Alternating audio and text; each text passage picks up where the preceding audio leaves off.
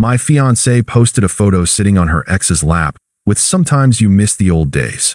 I listed our engagement ring for sale online with the caption "Engagement off, ring for sale, make an offer." She realized what I'd done when her mom called screaming. Hey viewers, before we move on to the video, please make sure to subscribe to the channel and hit the like button if you want to see more stories like this. Thanks. The wedding was supposed to be in 3 months. September 15th. We'd already paid deposits on everything. The venue, the caterer, the photographer, the flowers. My mom was already planning her outfit. Lauren had been talking about the honeymoon to Bali for over a year. Then one photo changed everything. Before, my name is David. I'm 32. Lauren is 30. We've been together for 5 years, engaged for 1.5. I thought we were happy. I thought we were solid. She'd been acting a little distant over the past few months, but nothing alarming. More time on her phone, scrolling social media. Said she was reconnecting with old friends online. One of those friends was Marcus, her ex from college. They dated for 4 years, broke up about 7 years ago when they went to different graduate schools. At first, I didn't think much of it. People stay in touch with exes, right? It's normal in 2024. But then Marcus started showing up. At the coffee shop she went to on Saturday mornings, she'd mentioned he was there, getting his usual. At the gym she joined 2 months ago. At the happy hour her co-workers were having downtown. Always conveniently there. Always greeting her like they'd planned it. Sometimes she'd come home and casually mention that Marcus had been there too, like it was a funny coincidence. Except it stopped being a coincidence around week 3. I mentioned it once. We were getting ready for bed. Seems like you're running into Marcus a lot. She rolled her eyes. He's just a friend, David. Don't be that guy. I hate that you're threatened by him. I'm not threatened. I just think it's weird that he keeps showing up everywhere you go. He works near my gym. He goes to the same coffee place. We have mutual friends. It's called a small city. She had a point. But it didn't feel like coincidence. It felt planned. Did you text him to meet up? I asked. No. It's been random. Why are you interrogating me? I'm not. I'm just asking. It feels like you're asking. And I don't like it. I trust you when you hang out with your ex, don't I? I didn't have an ex I hung out with. And she knew that. But I dropped it. Didn't want to be that guy. Didn't want to seem insecure. I trusted her. That was my mistake. The photo. It was Thursday night. Lauren said she was going out with the girls to a club downtown. I had no reason not to believe her. I stayed home, played video games, went to bed around 11 p.m. Around 1 a.m., I woke up to my phone buzzing. Notifications from Instagram. Lauren had posted new photos. I opened Instagram, still groggy. First photo, Lauren and her friends at the club, all dressed up, smiling at the camera. Normal. Second photo, the same group at a booth, dancing. Third photo, Lauren sitting on a man's lap. That man was Marcus. His arm was around her waist. They were both laughing. Her head was tilted back, carefree. They looked comfortable together. Intimate. The caption read, "Sometimes you miss the old days, smiling face with smiling eyes." I stared at it for a long time. Like if I stared long enough, it would change. Like maybe I was reading it wrong somehow. I wasn't. By the time I finished reading it, there were already 47 likes and comments starting to pour in. "He's cute," one girl wrote. "Haha yes queen," another said. Heart emojis everywhere. One of her friends commented, "Living your best life, smiling face with heart eyes." I texted Lauren immediately. "We need to talk about that photo." She didn't respond until 1:47 a.m. Still out with the girls. Having so much fun. Still out. Having so much fun. On her ex's lap. The next morning, I brought it up again over coffee. That photo from last night. Sitting on Marcus's lap. She sighed. "It's just a fun picture, David. Don't be weird about it." Don't be weird. Lauren, you're sitting on your ex's lap. At a club. While engaged to me. It's not like that. You're being paranoid. What's it like then? I'm going to brunch with my mom. We can talk about this later if you want to be dramatic about it. She left. I sat at the kitchen table with my cold coffee and looked at the photo again. Sometimes you miss the old days. The decision. I sat with it for 2 hours after she left. This wasn't just about the photo. It was about the months of, coincidentally, running into Marcus. It was about her dismissing my concerns as being paranoid. It was about her going to a club with her ex, sitting on his lap, and posting it for 1,200 people to see, and thinking that was fine. It was about the fact that I was about to marry someone who thought this was acceptable. I went to the safe and pulled out the engagement ring. 1.5 carats, custom band, 14K white gold. I'd spent $12,000 on it. Spent 2 years deciding it was perfect. Bought it before I even proposed because I wanted to be sure. She'd worn it for 18 months and bragged about it constantly. Showed it to everyone. Posted photos of it. Made it part of her identity on Instagram. I looked at it for a moment. Then I got my phone. The listing. I opened Facebook Marketplace and created a new listing. Engagement ring. 14K white gold with 1.5 carat diamond. I took a professional photo of the ring on black velvet. It looked pristine. Beautiful. Expensive. I wrote the description. 14K white gold band with 1.5 carat round diamond solitaire. Excellent condition, barely worn. Comes with original appraisal and certificate of authenticity. Asking $9,500, below market value for quick sale. Then I wrote the title. Engagement off. Ring for sale. Make an offer. Came with too much baggage. My thumb hovered over the post button. I was about to do something that couldn't be undone. Once this was out there, everyone would see it. Her family, her friends, people from work, random strangers. The story would be obvious. I posted it anyway. 2:14 p.m. Friday. I also posted it to my personal Facebook with the same caption. Shared with 1,200 friends. Within 5 minutes, I had messages asking about the ring. Genuine inquiries. One woman said her daughter was getting engaged and asked if it was still available. I told her I'd let her know by end of business. Then I waited. The call. Lauren didn't find out until 4:47 p.m. She didn't see it herself. Her mom called her. Not texted. Called. I know this because my phone rang about 10 minutes later, and it was Lauren, and she was screaming. "What the fuck are you doing? Selling a ring?" I said calmly. "You can't just. That's my ring. You can't sell it without asking me." "Actually, I can. It's in my name. I paid for it, and technically the engagement hasn't been finalized yet, so the ring remains my property." This is insane. Take down the post. Everyone is seeing this. I know. That's the point. You're being cruel and vindictive. We can work through this. I took a breath. Can we? Because from where I'm sitting, you were sitting on your ex's lap last night at a club telling the internet you missed the old days. That didn't seem like it needed working through. Long pause. So that's what this is about. You're going to throw away our entire relationship because of one photo. The photo is the last straw, Lauren, not the first. You don't understand. It was just, I hung up.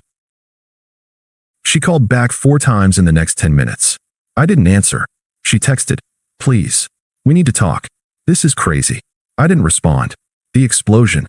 What happened next was actually faster than I expected. My phone rang. It was her dad, Robert. "David, what the hell is going on?" Lauren's hysterical. "Ask your daughter why she was sitting on Marcus's lap at a club last night, while telling the internet she misses the old days." Silence. "She what?" I sent him the photo. He went quiet. Long silence. Then, "Oh, that one word said everything. I found out about this online," he finally asked. "Yeah, same way everyone else did." Robert didn't say much after that. Just said he'd handle it and hung up. Apparently, he went straight to Lauren's mom, Patricia, and showed her everything. The photo, the marketplace listing, the Facebook post, my caption. I didn't hear the conversation directly, but I heard about it secondhand from my mom, who heard from Patricia's sister, who Lauren had called crying. Apparently, Patricia was furious. Not at me, at Lauren. "What were you doing sitting on your ex's lap?" I'm told Patricia said, "Mom, it was just a photo you posted publicly with a caption about missing old days 2 months before your wedding." By that evening, the story had spread to her entire family. Aunts, uncles, cousins. Everyone knew about the ring listing. Everyone saw the photo. The news. One of my Facebook friends worked at the local news station. He called me around 6 p.m. Friday. "Dude, is this real? The ring thing?" "Yeah. This is insane. Can I run it as a story?" "Sure. Do you want to go on camera?" I thought about it. Part of me wanted to just let it die quietly. But another part of me knew it wouldn't die quietly anyway. Everyone was already talking about it. My mom had told half her friends. Lauren's family had told their friends. It was going to get out. "Yeah," I said. "I'll do it." The news reached out to Lauren for a comment. She refused. Had her mom refuse on her behalf. Said any further communication would go through her lawyer. The story ran Friday night at 10 p.m. Social media drama leads to called off engagement, the headline read. They showed the Facebook posts, the marketplace listing, the photo with Marcus. They even got a screenshot of the comments, random people from the internet offering advice or criticism. The news anchor actually laughed when she read my caption aloud. engagement off, ring for sale, make an offer, came with too much baggage. Well, the anchor said with a smirk, he certainly made his point. By Saturday morning, the story had been shared over 8,000 times. Local Twitter was talking about it. Reddit had picked it up. People were debating whether I was justified or cruel. I didn't read most of it. Saturday. I met the buyer, a woman named Susan who was buying the ring for her daughter's engagement, at a coffee shop downtown. We completed the transaction. She handed me $9,500 in cash. I handed her the ring in a velvet box. "Thank you," she said. "I hope your next relationship goes better." I smiled. "I think it will." Surprisingly, I felt calm. Not angry anymore. Not even hurt. Just relieved. Like a weight had lifted. The aftermath. Lauren went into damage control mode. She tried calling me 23 times over the weekend. I didn't answer any of them. She texted, "I'm sorry. I was stupid. The photo was innocent. Please don't do this."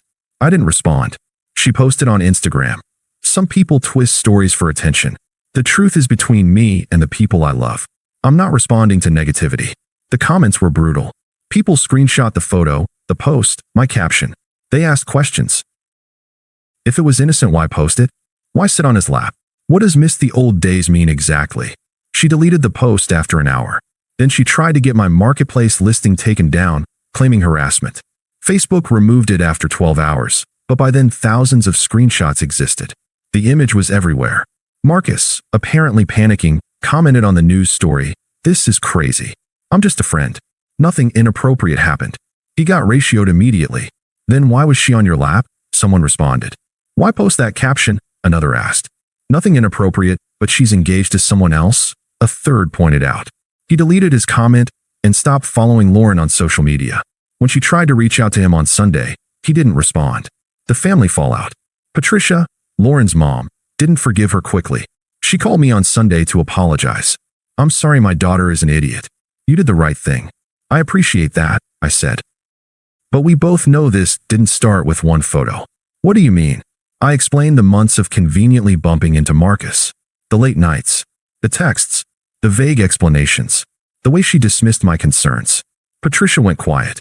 "How long has this been going on?" she finally asked. I said, "I don't think anything physical happened. But emotionally? Months. At least."